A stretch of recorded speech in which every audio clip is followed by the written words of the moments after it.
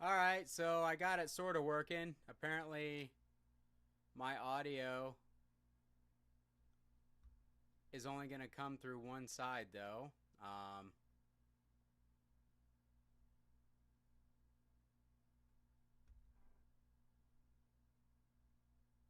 It's literally, I don't know, man.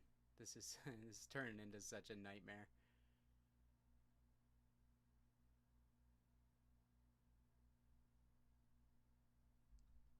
I just want my audio to be mono. There we go. Mono. Maybe mono now? There we go. I put it back in stereo, so it should be good now. Let me know there. Should be good now. I freaking hope. Seriously. What a nightmare setting up this stream has been. Okay, cool. I had to restart it, set everything to mono.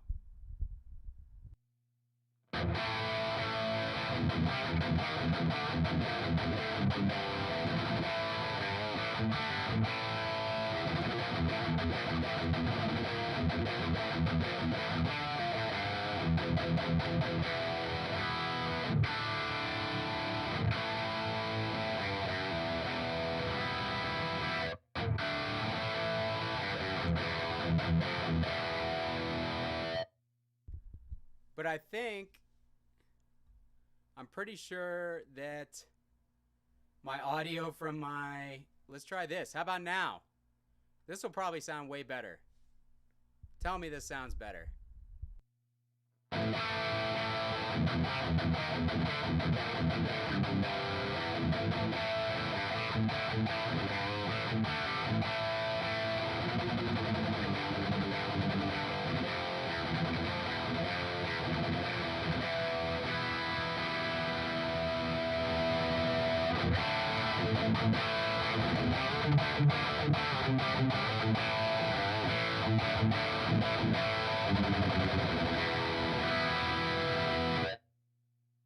Alright, I think we should be good now. Man, that was fun. That's one word to say. That was definitely fun. How you guys doing? I think I'm spent just by getting this damn stream to work. That was pretty frustrating, I'm not gonna lie. That was pretty rough. That was a KSR Series. So that was the rhythm channel. Here's the lead channel. Let's see how that sounds.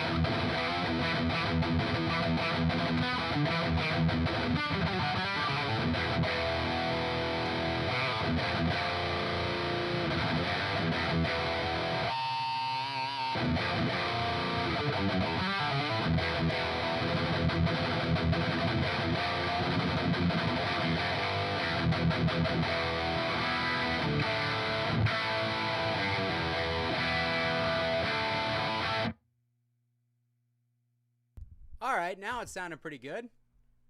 Now we're sounding good. How's everybody doing? Oh, man. That was a little rough for me. I'm not going to lie. That was a little bit frustrating. Little bit frustrating.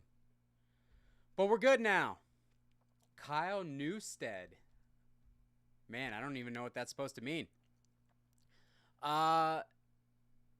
Dude, it's close. It's close. It's extremely close. Like, KSR stuff seems to have a very signature voicing to it, and that pedal, definitely really close to the amp. Like, if I were to put it through the effects return of the KSR, it would probably be pretty close. So we'll do a video of that sometime for sure. We'll compare it to the actual Orthos, because it's insane how similar they sound. But one thing I noticed going through the power section of the Rev power section definitely has a lot of flavor to it. Like, it's coloring the pedals a lot. So it's kind of surprising how much of a difference the power section is making from the Rev.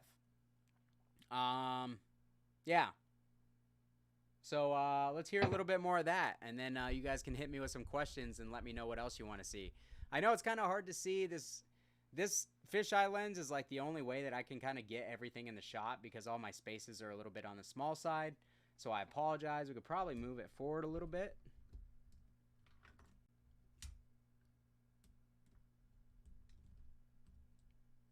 All right. There we go.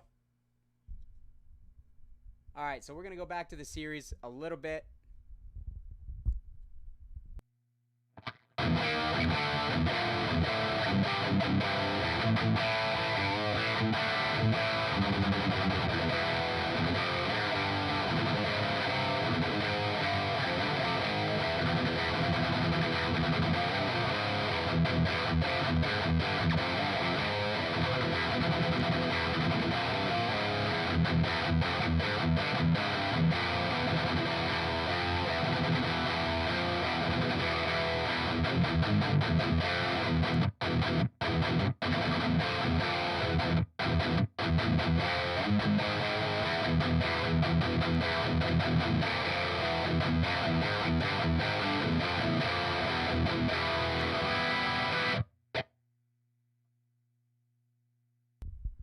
All right, so there's that. Yeah, Rodney actually, Rodney and I hung out quite a bit at Summer NAMM at the AMT booth, actually. So my plan was to have this thing hooked up today, but unfortunately, one thing I didn't realize when they gave it to me, it requires a 12-volt power supply. So I was literally setting everything up, trying to hook everything up, realized it needs a 12-volt power supply. I think I have one somewhere, but I gotta locate it. But I was trying to get the stream going in a relatively short matter of time, and it didn't really work out too well. So, but yeah, anyways, yeah, Rodney was awesome, man. It was great to meet him. I'm not sure when he gave me a shout, but that's awesome of him. He was a really cool guy, and I enjoyed talking to him and hanging out with him. We were talking old PV basses and stuff, because he's a big fan of the old, I think they're the Series basses, the PV Series, but it's spelled differently. But anyways, they were great old American-made basses. What's up, Travis? I have had better days, but we're streaming now. We're good to go. We're going to check out some preamp pedals. We're only an hour and a half late. I'm supposed to practice for a band practice tonight. I have not yet done that, so I'm probably going to keep this stream relatively brief, but Rev and the EV8, oh man, it's night and day, dude. The Rev has its own thing going on. It's really hard to describe, but it's definitely got its own signature sonic sound. It's got its own feel. Like, the Rev is stiffer feeling than the EVH. It's not as fluid, definitely not as fluid. But overall, yeah, it's definitely, it's stiffer. It's a little bit drier. It's got a little bit, or it's got quite a bit of a different upper mid voicing. You can get them to sound pretty similar, but the feel is going to be different for sure. Let me see if I can turn this up at all, Andrew. I'm pretty sure that I've got the volume maxed all the way out. Is it my voice or is the guitars that are quiet? Let me see if this helps. Hello, check. Hello, check. Hello. I don't think it's really working. That's about as good as I'm going to get it. I could probably turn the gain up on my vocal mic a little bit more. I just don't want to clip anything. So let's kick on the rev pedal. Let's hear how the rev pedal sounds. My voice that's quiet. Okay, is it better now? Because I turned up the gain quite a bit on my mic input. God. I should really just start recording a test sample before I do these damn videos.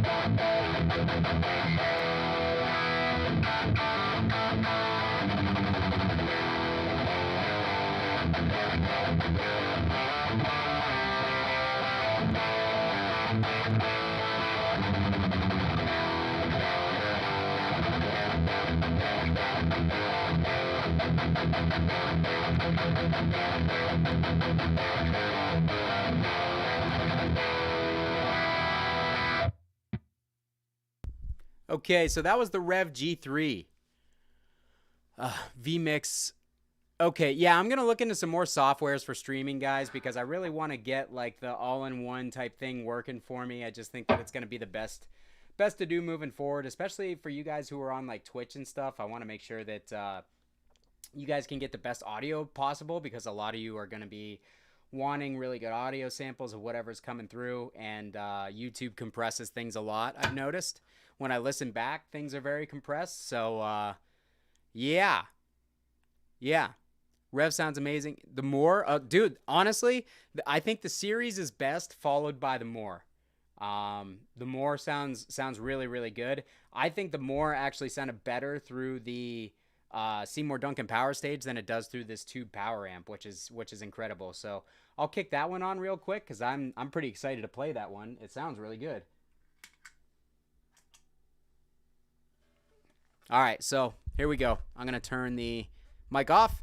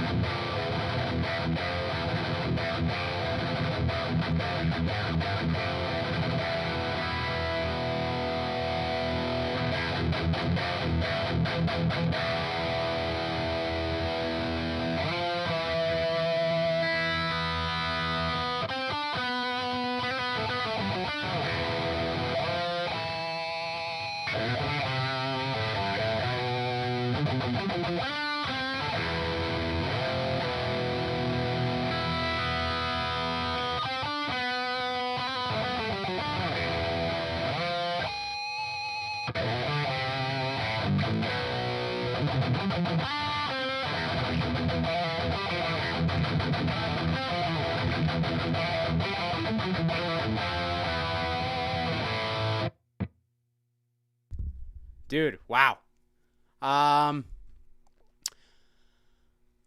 Something in the high end. See, man, I gotta say that usually that's what I notice about the preamp pedals, is the high end and the mids are kind of like lacking or weird. There's something weird about it, but really the more is one of the most convincing preamp pedals that I've heard. Now, I think that the KSR Series is hands down the best preamp pedal on the market right now.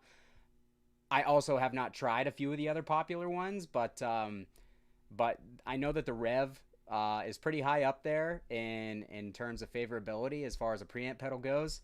I know the Horizon Devices Apex is pretty popular too, but that was the Moore. Ghoul Screamer Jr. Hell yeah, the Ghoul Screamer Jr. is great, man. But yeah, this particular Moore pedal, I really think is extremely convincing. I think it's incredible. I would have absolutely zero problem using it for a fly rig with my power stage. I think it's that good. I think it's that good. It's really, really an incredible sounding pedal. Yeah, especially because I think I got this for $75 brand new, or $78 on eBay or something from a Canadian seller. It was like $78 shipped. So can't beat that. The KSR Series, I mean, yeah, hands down, it's the best one.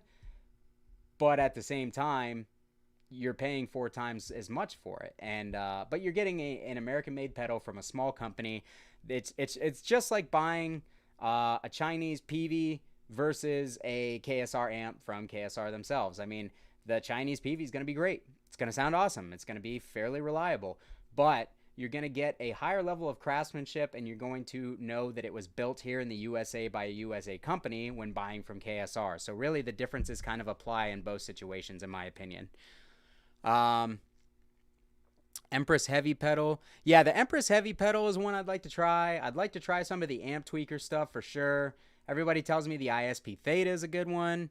If you guys can think of any other ones, let me know. I got sent this other one by This Heavy Earth. They're a newer effects company. They used to be called TMD, and it is the Church Burner. And I can honestly tell you guys that that one sounds absolutely incredible. I'm going to turn that one on for you guys so you can check it out. Yeah, I played through the Rev G3, but I'll go back, man. I've only been live here for like 20 minutes, so I'll go back to the G3 for sure. But yeah, let me know what other preamp stuff you guys want. I actually did reach out to Moore and see if they'd send me a preamp live to play with and demo for you guys. So if not, no big deal. But if they can, that would be pretty cool, I think. But yeah, so this is it's called this. The brand name, in my opinion, is going to be a little hard to remember, but it's This Heavy Earth. That's the brand name. Their pedals look absolutely incredible. They are like a powder-coated black with black ink that's textured. It looks incredible. It sounds really good. I'm going to shut the mic off and let you guys hear that for a little bit.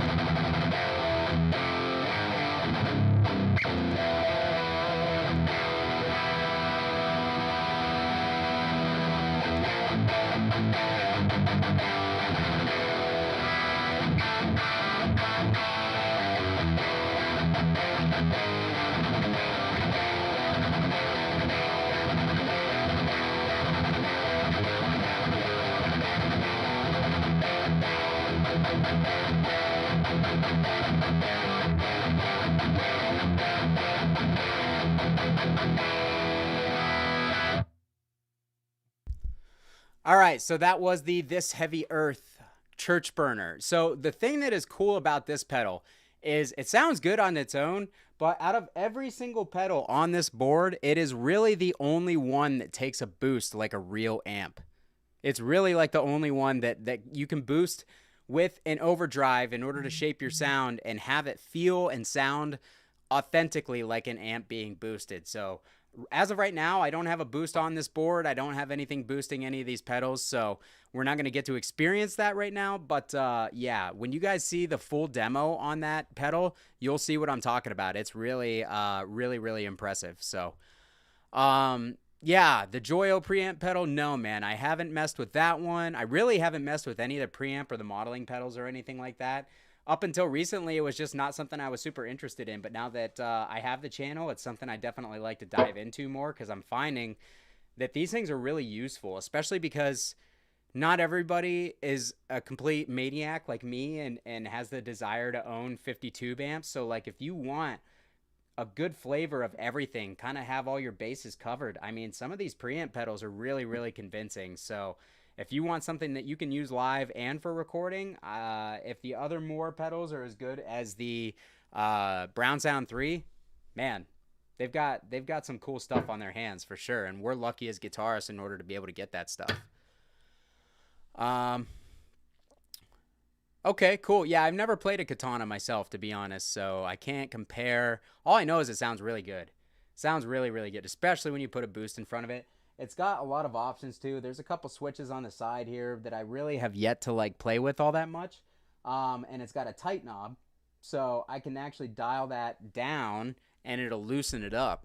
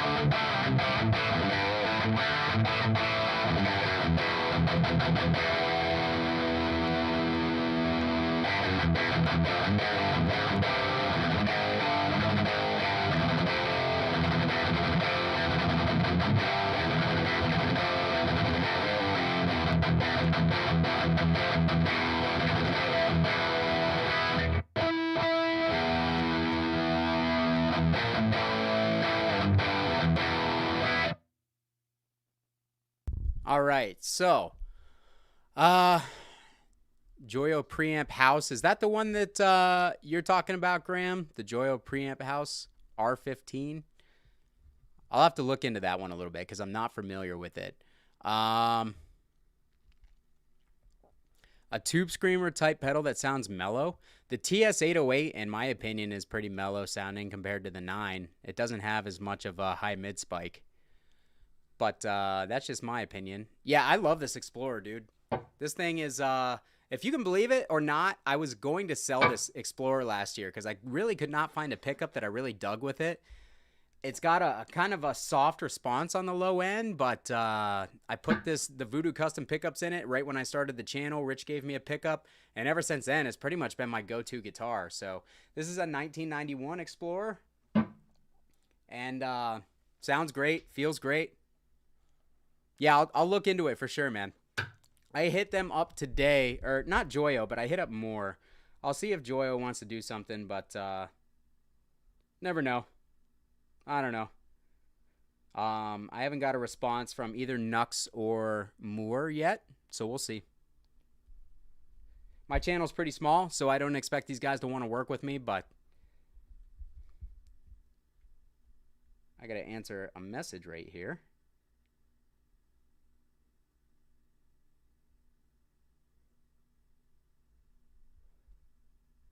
So what are you guys up to today? Is everybody working? Is everybody hanging out?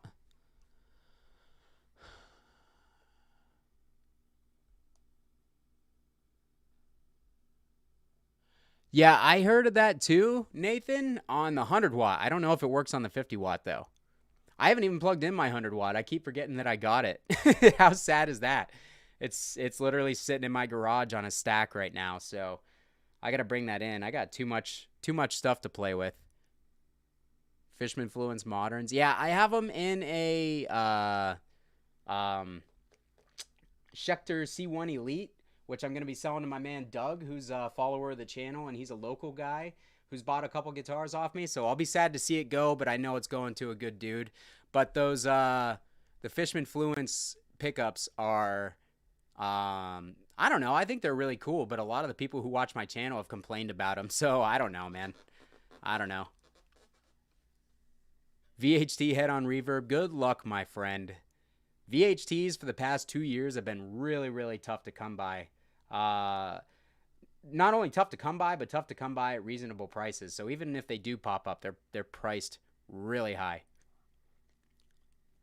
Valaton? I'll have to do that, man. Okay. I'll hit them up. We'll see what we can get going. I have some modeler stuff I need to do too. Hey, Doug, I was just talking about you. Doug's the guy taking away the C1. So, yeah, it's going to a good home. There are 2 near you. Nice, nice. Yeah, I've got 2. They're in the background. You guys can't see them, but they're there. Yeah, VHTs are great. VHTs are great. Classics and the moderns. Yeah, I would like to try the classics because they sound a little bit more up my alley. I'm not really super into modern pickups to begin with. But, yeah. Oh, okay. I was going to say a full stack, that's not a bad price at all. Those cabs are worth $500 to $600 a piece probably if they're in good shape. But yeah, half stack, no way, man. No way. I haven't used Premiere. I use a cheap free program called Shotcut. I have not used Adobe Premiere yet. I really want to start looking into DaVinci Resolve and learning how to use that to see if I can kind of get some more, some cooler editing stuff going. But I have just been really reluctant to figure out any new software because I have Shotcut pretty streamlined at this point. But we'll see. I'm going to upload another video tomorrow, and then after that, I think I might try to use DaVinci Resolve for my FAQ video this week, which I didn't post one last week, and I answered some of the questions, but I'm going to go back and redo it because it was, I'd like to do it better. Yeah, it's insane. Dude, it's sitting right behind me. There it is. JVM 410. Yeah, I have one. Just haven't done anything with it yet on the channel, but I will. I've got a lot of heads that I got to do demos of before I get rid of them. I sold a bunch of heads to one of my viewers who's opening a reamping and recording studio in Toronto. So he's literally bought a ton of stuff off me, and I just need to make sure I get all the amps that he bought off me demoed before I get rid of them. Oh, you couldn't see it, man. My big ass head is sitting in front of it, so you would never know. Gotcha. Yeah, I've noticed that video editing software is really finicky. Really, really finicky. Like I said, Shotcut works really well for me. It's free. I understand how it works. It gets a little laggy sometimes because I've got 2 cameras that shoot in 4K, and I record in 4K just so I can zoom in. Those are my main shot cameras, but Seymour Duncan pickups? Yeah, of course. I've got black winners in this guitar right here, and then that's it. Of these guitars that are sitting here, yeah, that's it. But yeah, I've got a couple guitars with a Duncan JB in them. I've got 2 guitars with Duncan Alpha Omegas in them. I've got a Duncan Distortion sitting here waiting to go in a guitar. I'm not sure what guitar I'm going to put it in just yet, but yeah, I've definitely tried a ton of Duncan stuff. I really, other than Gibson pickups, which some people might find surprising, I really like the way the Gibson pickups sound. I just think that they're a little bit muddy.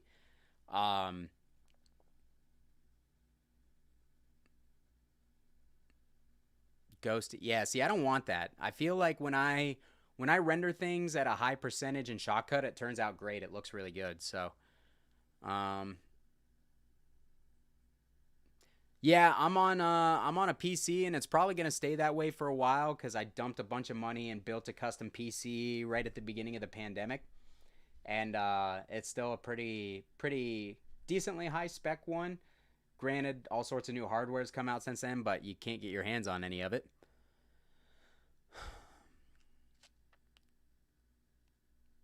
So this is the Alchemist, which is the Angry Tone signature, the Greg Campbell signature.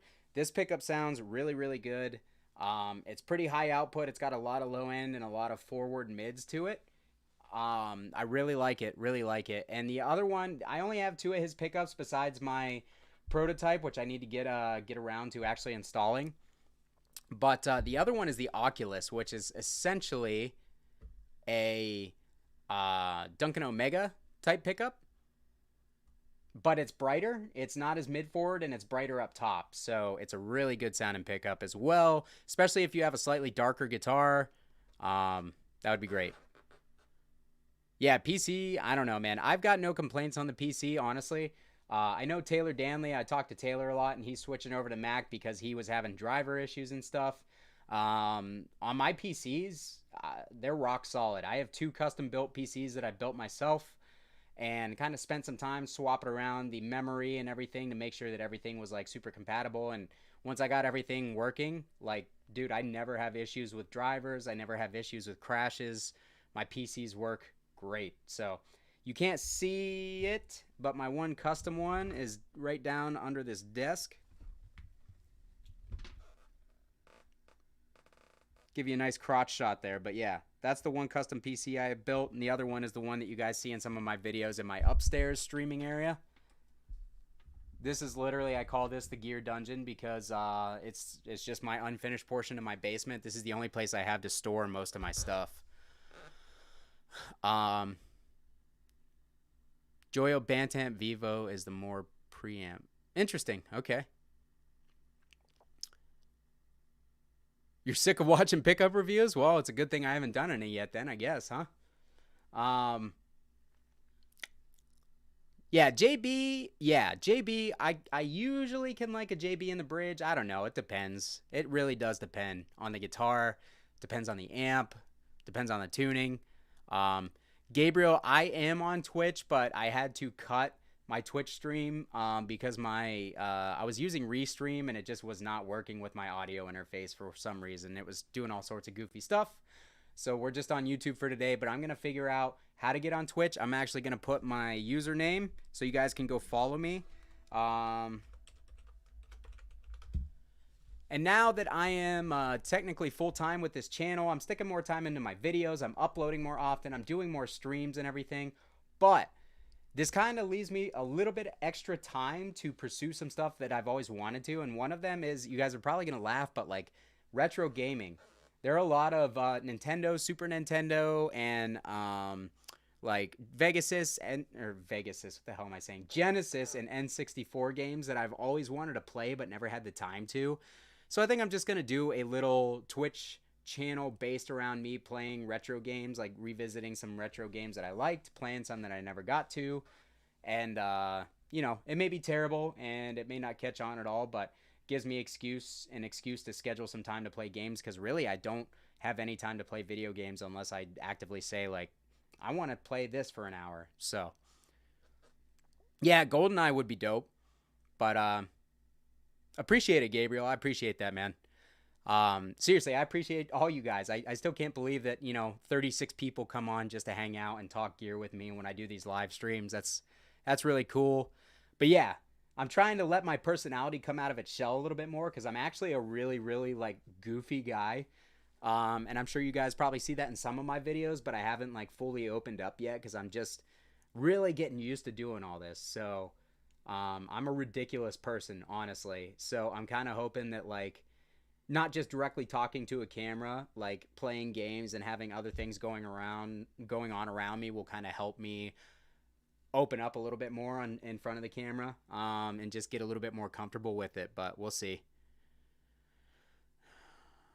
Cool. I'm glad you guys are on board from that. That's dope. Am I ever worried about my basement flooding? Yeah, a little bit. It does get a tiny bit damp down here if it rains really, really hard.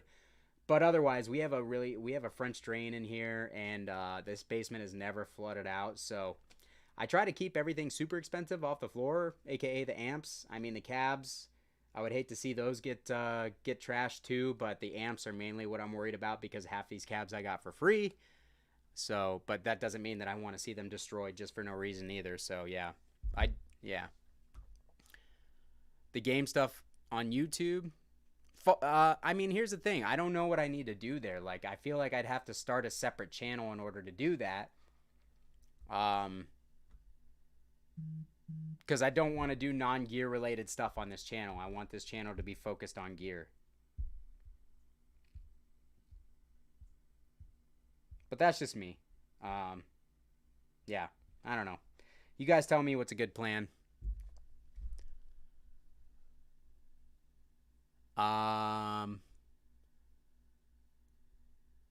Specs on my PC. So the one that I'm using right here for this stream is a Ryzen 3600X processor, and I have a MSI Tomahawk B450 motherboard. I've got 16 gigabytes of 3600 megahertz, 15 latency. Dude, I'm forgetting specs already. Whatever the 15 latency is, it's like, you know, the good RAM. Not the greatest, but it's better than the 16, class 15 latency RAM.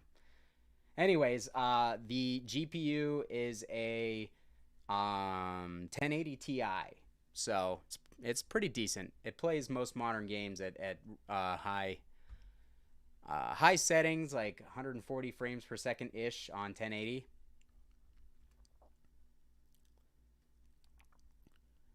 Yeah, dude. Definitely. I appreciate the compliments, guys. Seriously, I thank you for hanging out. Gear has been my passion for like the last, I don't know, 11 years, probably something like that. Maybe not quite that long.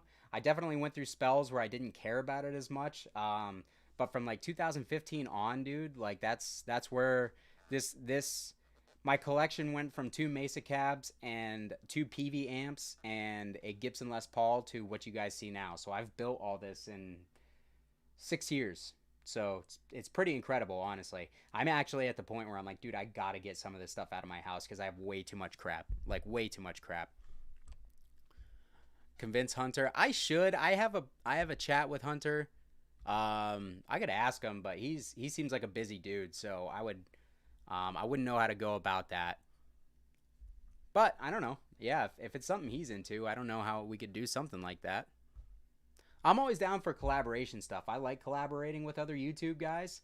I actually was talking to Anthony Best, and he asked if I ever needed a streaming partner for something to give him a holler. So I think, Anthony, if you see this, when I get my Omega Grandifier, I think we should do like a dual stream. I think that'd be cool. Checking out the Grandifier.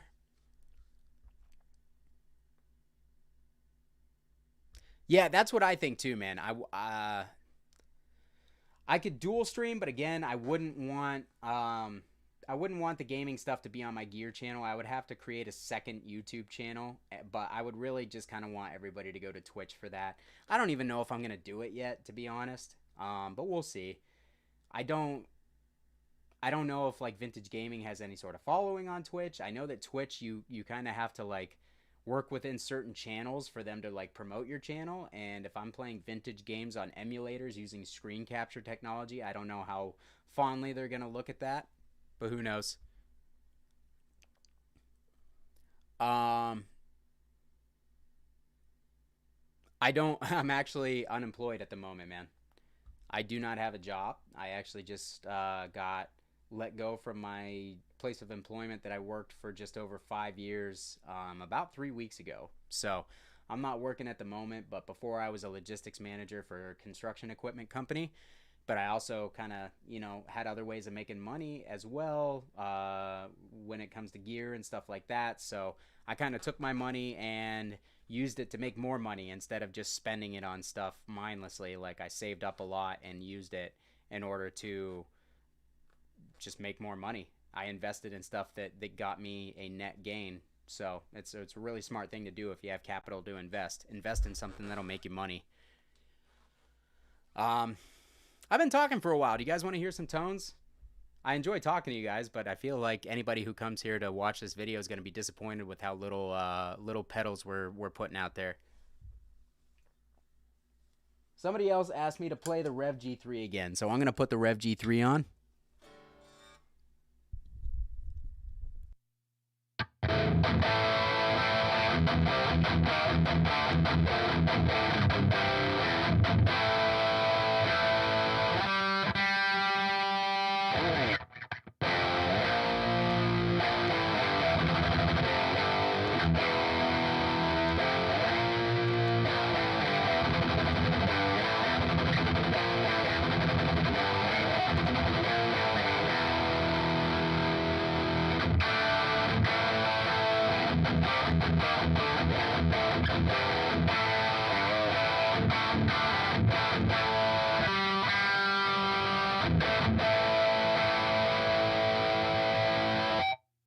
You know, I thought about making a second channel based around financial stuff, but I don't know that much. All I know is I live really modestly, other than the gear. Like, I don't spend money on anything that I don't need. I don't have any bad habits. Like, I don't drink, I don't smoke, I don't do any sort of drugs or anything like that. I don't even really like buy anything other. I don't buy beverages, soda sometimes here and there, but I try not to because it's bad for me. And then I don't eat out very often either because it's expensive and it's usually not good for you either. So I cook all my food at home, and just simple things like that are what allow me to have so much money for extra gear, because there are people who spend a lot of money on Starbucks every day. There are people who spend a lot of money on beer and alcohol or weed or something like that, you know. It sounds goofy, but like honestly, not having those vices or bad habits, you know what I mean? Like, and I don't have anything against any of those things. But not having those habits allows you to save a lot of money. And I also try not to put my money into anything I can't get my money back out of.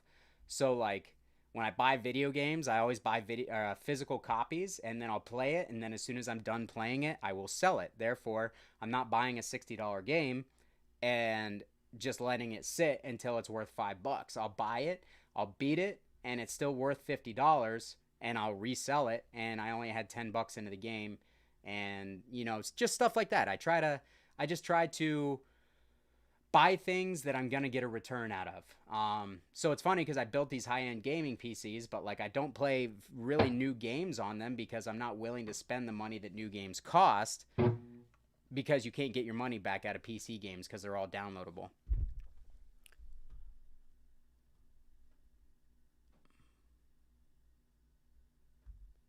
Yeah, I mean amps are enough of a drug, for real. It's stupid.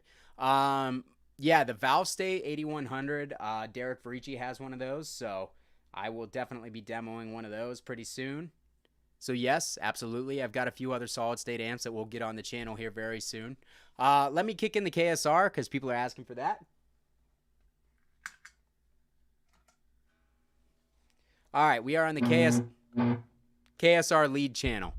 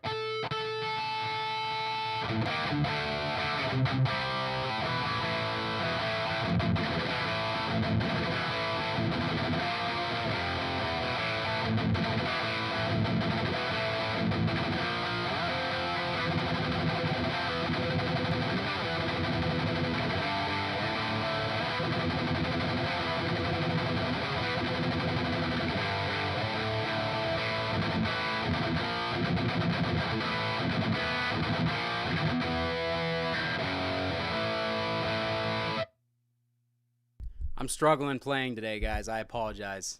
I am not warm, and I'm also not feeling super energetic. But KSR does make really great stuff, man. Really great stuff. Kyle's a great dude. His company's awesome. The people that work for him is awesome. So, yeah.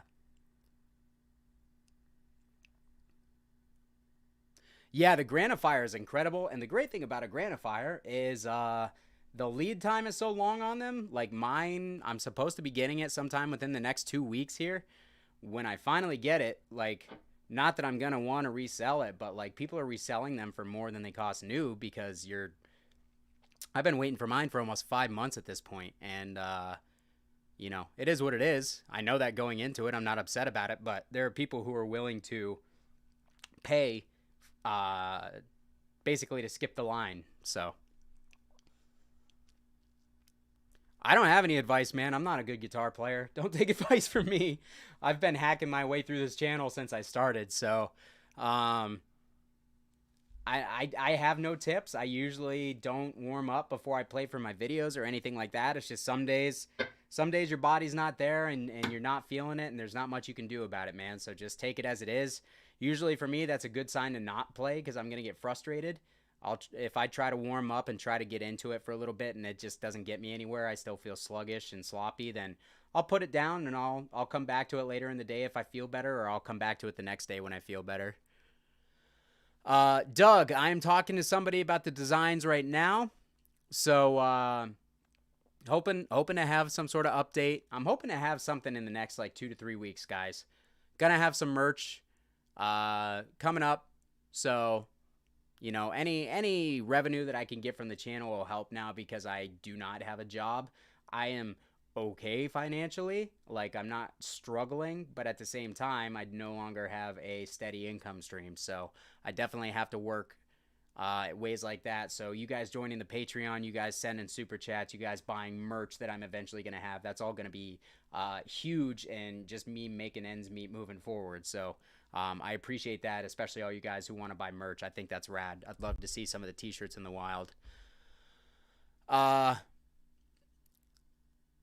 Yeah, so like there's a distortion pedal is supposed to go in front of the amp, in front of a clean channel. A preamp pedal is designed to go into the effects loop of an amp or into a power amp. There is going to be a difference in the output levels in these pedals, and there's going to be a difference in the voicing of the amp, or a pedal that's supposed to go into the power amp is going to have a lot more high end on tap, because the power amp is going to be naturally more neutral than the front end or the clean channel of an amp. So they're designed differently.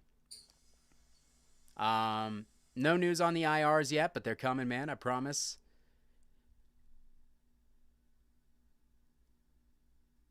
So yeah, that's the difference between them, guys. Some pedals are designed to go in front of an amp. Some pedals are designed to go into the effects loop of an amp or directly into a power amp.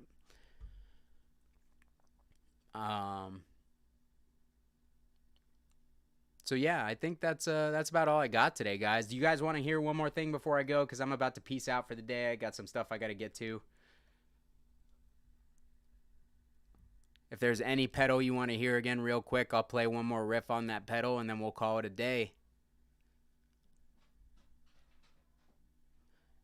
Yeah, the Grandifier is completely custom, man. Like literally top to bottom custom. Like you tell them what color knobs you want, you tell them what tubes you want in it, you tell them what color Tolex, you tell them what kind of faceplate, you tell them what color you want the faceplate, like everything. Grandifier is 100% custom to your design, so it's pretty cool. I don't get stage fright necessarily. With Bushido code, that is the hardest stuff that I've played. So like I'll get a little nervous before I go on, because there are days when I'm just not on before we go on for a show, and I also get nervous about like my hands and stuff cramping up playing those things. And so it's not like I'm not afraid to be in front of people. I've kind of gotten over that over the years, but I am afraid to play technical music and screw it up, or like have my body not respond the way that I need it to respond in order to play well. So yeah, it's really just something that you just kind of gotta get over. It's like tackling your fear head on. You have to do it in order to understand it and kind of get to a point where it doesn't feel like it's a big deal anymore. Because when I was younger, I definitely got super nervous, for sure. But I've been in bands since I was 14 years old. So like literally playing in front of people at 14, 15 years old. So it doesn't phase me, and it hasn't phased me in quite a long time.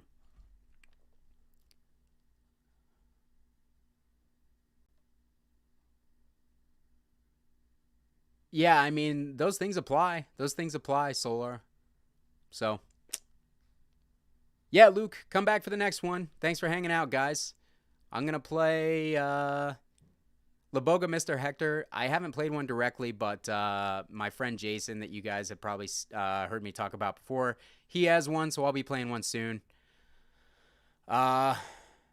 Difference in gain from a Rev to a 5150. The Rev is grainier. It's got a harsher top end and a stiffer feel. It's not as smooth. It's not as saturated. So the Rev is a little bit stiffer, a little bit harsher up top. It cuts through a mix like no other. But other than that, yeah. Yeah, if you love the feel of a 5150, the Rev is going to feel pretty different to you, man. It's a different amp for sure. So just keep that in mind.